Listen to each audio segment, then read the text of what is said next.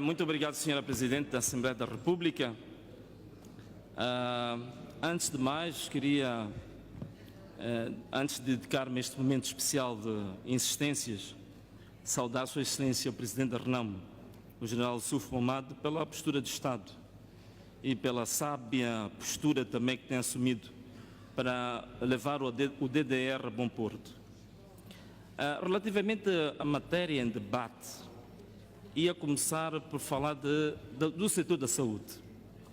O Ministro da Saúde falou, e falou muito bem, digamos com um ar muito tranquilo, até certo ponto um pouco romântico, sobre como é que estão a decorrer a questão da proteção dos profissionais de saúde e a questão dos subsídios, que foram basicamente essas duas variáveis que nós colocamos na pergunta. Mas só para refrescar um pouco aqui, Excelência Sr. Ministro, recuando um pouco no tempo, para perceber um pouco como é que o regime sempre abordou a questão da saúde. Em 2013, foi necessário haver duas greves sem precedentes na história de Moçambique, a greve dos médicos, que assim foi conhecido, para que no mesmo ano, 2013, ter sido, digamos, publicada a Lei 25/2013, que era pela primeira vez, depois de uma eternidade, uma longa caminhada pelo deserto, portanto, criou-se o Estatuto do Médico da Administração Pública. No ano seguinte, em 2014, pelo Decreto 43 de 2014, o regulamento desta lei, deste Estatuto. De 2014, que foi criado o regulamento, hoje estamos a falar de 2020, ainda não foram implementados os direitos constantes no regulamento do Estatuto dos Médicos. Isto tem que ficar claro. O Sr. Ministro pode fazer as promessas que quiser, de boa vontade, mas os fatos são estes. Nunca foram implementados os direitos dos médicos, respeitando os termos em que está descrito no regulamento dos médicos, já aprovado em 2014. 6 anos depois, os médicos continuam com este calvário e os profissionais de saúde. Só para termos uma ideia, em 2018, houve uma interpelação da Associação Médica e da Ordem dos Médicos do Ministério da Saúde, e já era este mesmo regime, e o Ministério da Saúde emitiu uma nota que dava conta de que ia dar uma ordem à Direção Nacional de Contabilidade Pública, que era para fazer a ativação do chamado Código de Subsídio de Diuturnidade Especial. Este foi um processo um pouco longo, mas não foi implementado também, 2018, até hoje que estou aqui a falar, isso não foi feito. E do dia 21 de dezembro de 2018, o Conselho de Ministros, pelo Decreto 80/2018, faz uma coisa incrível, é que o regulamento que estava aprovado há 4 anos, isto é, em 2014, que não foi implementado, em 2018, há um novo decreto, uma nova norma, para fazer exatamente o contrário, que foi justamente reduzir parte dos subsídios determinados no Estatuto dos Médicos e no regulamento do Estatuto dos Médicos. Portanto, o que o regime fez foi exatamente dar passos para trás nesta matéria. Isso são fatos, isto tem que ficar claro, né? Agora, as promessas que faz de boa vontade, tudo bem, que o faça, mas os fatos são esses. Também dizer mais, no dia 16 de setembro, e no dia 3 de junho de 2020, foram feitas cartas, inclusivamente para o Presidente da República. Portanto, a Associação Médica e também a Ordem dos Médicos chegaram a fazer a carta para o Presidente da República. Portanto, tudo o que está a acontecer, olhando um pouco para a história, como é que este regime tratou a questão da saúde, sempre foi depois de crises. Não há uma boa vontade, não há uma estratégia, não há vontade política de se resolver os problemas dos profissionais de saúde. E o que culminou em quê? Culminou, depois desta longa caminhada pelo deserto, culminou com a ação no Tribunal Administrativo para determinação da prática do ato administrativo legalmente devido, quer dizer, que era tornar réus o Ministro da Saúde e o Ministro das Finanças. Portanto, são co-réus e esse processo, não obstante as palavras românticas utilizadas pelo Ministro da Saúde, esse processo ainda corre termos neste momento. Nada está parado, nada está suspenso.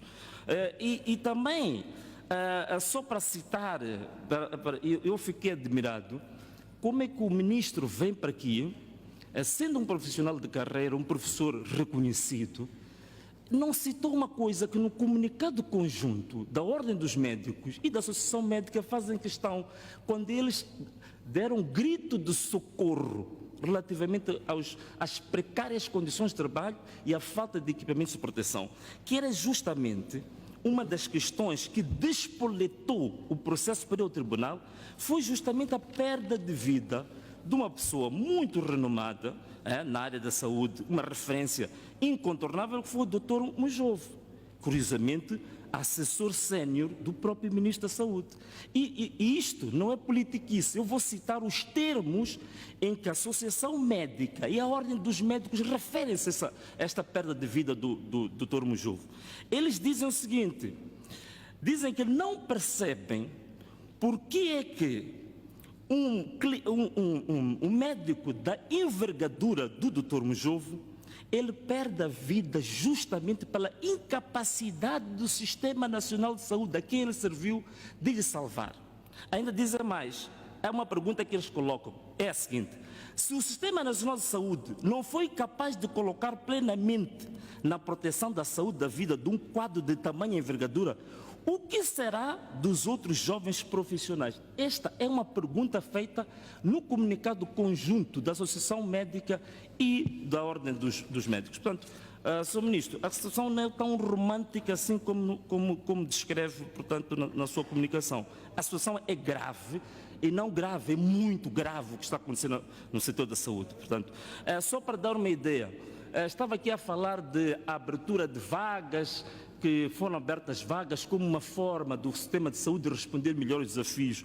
Neste momento, Sr. Ministro, não sei se tem conhecimento, existem 300 médicos em Moçambique que estão na situação de desemprego.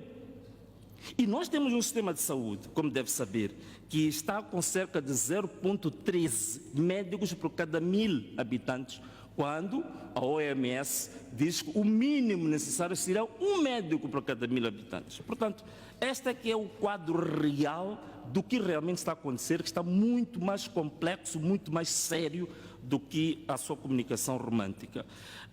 E isto também, passando já para uma outra área, não só a área da saúde, mas a área da educação, que nós sempre falamos da saúde e educação como os pilares fulcrais de uma sociedade, mas a área de educação também é outra tragédia, se calhar muito mais grave, né? Nós temos professores que até hoje, não têm subsídio de transporte, não têm um subsídio de planificação. Estou a falar das questões básicas para pôr o sistema a funcionar. Não tem isso. Até hoje não se compreende como é que na tabela salarial não estão inclusos os que têm os níveis de mestrado. Como é que é possível? Numa sociedade como a nossa. Ainda vejam coisas mais caricatas. Na tabela salarial da função pública, um professor catedrático, o salário dele é de 52 mil meticais. Um professor auxiliar, 33 mil meticais. E vejam agora o paradoxo. Um técnico superior tributário, 58 mil, mais que o professor catedrático. Quer dizer, estamos numa sociedade em que parece que somos inimigos da formação da técnica e da ciência. Combatemos isso vigorosamente. PCA da EDM, 1.200.000 meticais, isto é, 22 vezes acima que um professor catedrático. Portanto, é esta sociedade que nós temos, que combate a educação, que combate a saúde. Esta é a história do regime na gestão destas matérias. Indo para a área da economia, portanto, a questão da dívida pública, queria dizer o seguinte, Sr. Ministro, Dr. Maliane, se a ideia fosse vir a este plenário para dizer exatamente o mesmo, deixa-me ver se eu consigo localizar rapidamente aqui, bom, não consigo, mas já, tá bem, encontrei. Se fosse para dizer exatamente o mesmo que vem nas vossas publicações trimestrais, o tal boletim trimestral sobre a dívida pública, não precisava vir a esta sala. Era só tirar uma fotocópia da última publicação que está no vosso site e distribuir pelos deputados. Foi exatamente o que o ministro veio fazer, quer dizer, veio repetir os mesmos termos em que está a publicação trimestral sobre a dívida pública. Isso qualquer pessoa pode ver no site. Se a bancada parlamentar da Renamo colocou a pergunta, é porque a informação que o governo tem disponibilizado no seu site do Ministério das Finanças é insuficiente, é lacônica. Então, nós pedimos a presença do ministro, que era justamente para vir dar detalhes sobre a questão da dívida pública, não repetir a publicação deste boletim. E mais, a própria participação do governo aqui nesta sala, já por si já está ferida de ilegalidade. Eu digo por quê? Porque prestação de informação detalhada, esta é um dos pressupostos de um decreto aprovado pelo próprio Conselho de Ministros. Portanto, o decreto 77/2017, de 28 de dezembro, este decreto coloca como imperativo uma obrigatoriedade a produção de um relatório anual sobre a dívida de médio prazo e uma análise da sustentabilidade da dívida. Portanto, isto é uma obrigatoriedade. Também, outra obrigatoriedade que está no número 2 do artigo 2 deste mesmo decreto, é que é obrigação do governo informar trimestralmente a Assembleia da República sobre a dívida contratada e garantida as condições específicas dos empréstimos celebrados através do relatório de execução orçamental. Portanto, neste momento, o próprio ministro está em falta com a Assembleia da República. Em falta em função daquilo que impõe o decreto aprovado pelo próprio Conselho de Ministros. Neste momento, já devíamos ter pelo menos 3 relatórios trimestrais sobre a dívida pública que não chegou à Assembleia da República. Portanto, isto era importante notar que é o próprio governo que publica um decreto e este governo que viola o próprio decreto. Quer dizer, é incrível. Vou dar 2 ou 3 exemplos para concretizar isto, não ficar muito abstrato. Uma das questões que as pessoas querem saber relativamente à dívida pública não é só falar da dívida pública de forma agregada. Isto é, a dívida pública externa é tanto, a interna é X. Não é isso. Nós queremos saber de forma detalhada a composição da dívida pública, de 3 ou 4 elementos. Por exemplo, 1, fonte de financiamento, isso vem. 2, finalidade de cada empréstimo, não vem. 3, taxa de juro, não vem. Maturidade de cada financiamento, não vem essa informação nem no vosso site.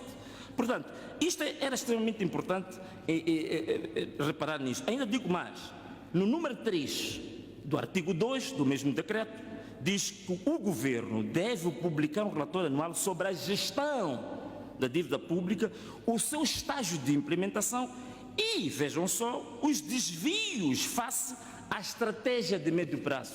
Recebemos a estratégia de médio prazo? Não. Recebemos relatórios trimestrais? Não. Quer dizer, nada disto foi feito. Portanto, há realmente necessidade de o governo assumir uma outra postura. Isto também se associa a outra questão que foi colocada várias vezes pelos meus colegas, que a própria Constituição da República tem uma norma que impõe a apresentação do relatório das atividades do governo de forma semestral e anual. Nunca foi feito. Portanto, o governo está numa situação de colisão direta com a Constituição da República, não é?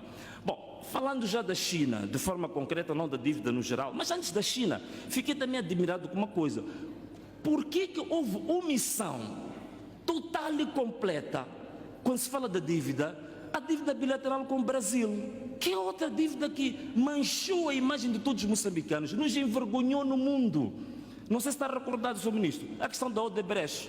Nós fomos discutidos no Congresso brasileiro, no Senado brasileiro, há processos a correr termos, com gente detida, por causa da dívida que nós contraímos com a dívida bilateral com o Brasil. Por exemplo, vou falar de algumas coisas só para as pessoas perceberem do que estamos a falar.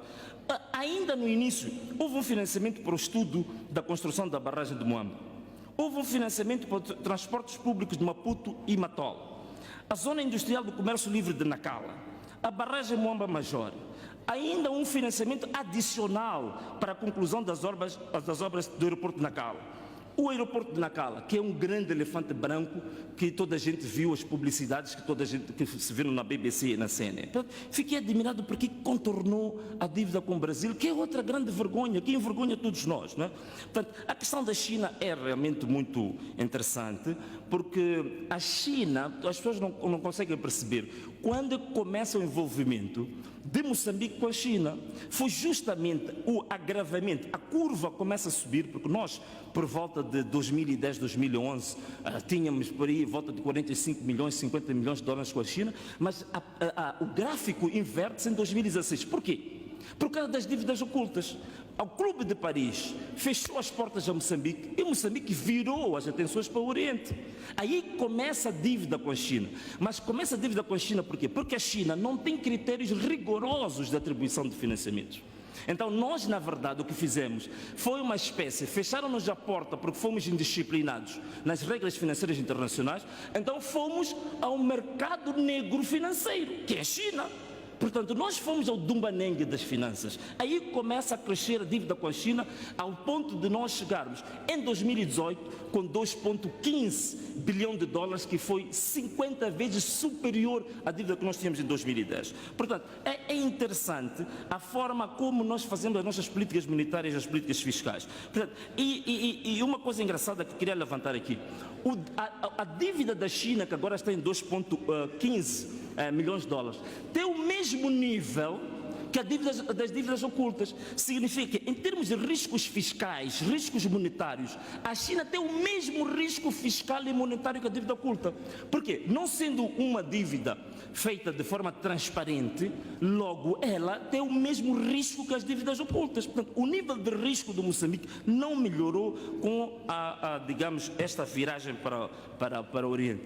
E depois, a Excelência estava aqui a dizer que há tudo muito transparente, porque publicam no site. Eu vou falar de coisas, disparidades incríveis que existem na gestão da dívida.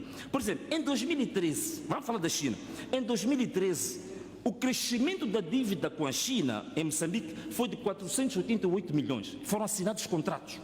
Mas o relatório e parecer da Conta Geral do Estado fala de 329 milhões de dólares. Portanto, há um diferencial de 150 milhões de dólares. Vocês têm que explicar o que fizeram com esse dinheiro. Em 2014, o diferencial é de 255 milhões de dólares. Portanto, não vou citar tudo, mas vou dizer que em 2019, onde Sua Excelência disse muito bem que baixou o nível de endividamento, mas o que é que aconteceu? Esse valor que baixou, não se disse quais são os projetos que foram pagos. Ainda é uma incógnita, ainda há algo oculto no meio disso. Portanto, ainda repetiu várias vezes que os financiamentos que foram feitos foram para infraestruturas que iam garantir o retorno ou geração de receita para o país pagar essas dívidas. Eu faço um desafio. Diga-me um único projeto de investimento chinês que está a gerar rendimento agora para fazer pagamento do serviço de dívida. Não existe nenhum. E mais, por exemplo, a Ponte Maputo, que está aqui perto de nós, nós gastamos 725, temos uma dívida de 725 milhões de dólares. Excelência, um segundo. Excelência, senhor deputado Venâncio. Caros colegas, são 10 horas e 30 minutos, a hora regimental para o intervalo. Quero pedir a vossa indulgência para que Sua Excelência, o senhor deputado Venâncio Mondlane, termine a sua intervenção. Faça favor, Excelência. Muito obrigado, senhora Presidente. Estava a dizer, é o desafio que eu estava aqui a colocar. Portanto, não existe que indique um único projeto de investimento em Moçambique que está a gerar rendimento para fazer o pagamento do serviço da dívida. Não existe nenhum. Onde se vai recorrer é sempre ao Orçamento do Estado, que na verdade o que é? Em carga de impostos é o povo moçambicano, nós é que vamos pagar isso. Um exemplo que estava para dar, a Ponte Maputo Catembe. O que tinha sido dito, estava-se esperançados que a ponte ia receber cerca de 5 mil viaturas por dia, que não é verdade. O número mínimo que está lá, que é realístico, só permite, segundo o estudo que a OMR fez, só pode permitir a amortização da dívida da Ponte Maputo Catembe daqui a 75 anos. É isto que fizeram com o país. Daqui a 75 anos, portanto, os nossos netos, bisnetos, ainda vão pagar aquela dívida. Portanto, para concluir, era dizer que este é um caso muito sério. E depois eu não entendo se não há estratégias de geopolítica dentro do governo. O que está acontecendo com a China, pura e simplesmente, ela tem uma estratégia econômica a nível global, que ninguém se apercebeu que a nível da África Austral e África Oriental, 80% da dívida bilateral de todos os países é com a China. Portanto, ninguém está a perceber o que está a acontecer. E Sua Excelência estava a dizer que não é possível que a China venha, arrestar os ativos de Moçambique, não é verdade? O porto da Sri Lanka já foi arrestado. O porto de Mombasa, o governo desmentiu, mas estava para ser arrestado. Portanto, é um assunto sério e preocupante para todos nós. Portanto, eu aconselhava que o nosso governo fosse mais realístico e assumir que este regime se tornou insustentável para este país. Tendo se tornado insustentável, uma pessoa, por exemplo, do Ministro das Finanças, que é uma pessoa com um currículo muito bem recheado, respeitável, era a hora essa de abandonar o barco e não meter-se nestas magaivices, como dizem os meninos, para justificar o injustificável. Quer dizer, isto é injustificável. Portanto, eu aconselhava, nesta fase, digamos, do ouro da sua idade, portanto, deixa este barco, que este barco vai lhe afundar. Mas não disse muito obrigado.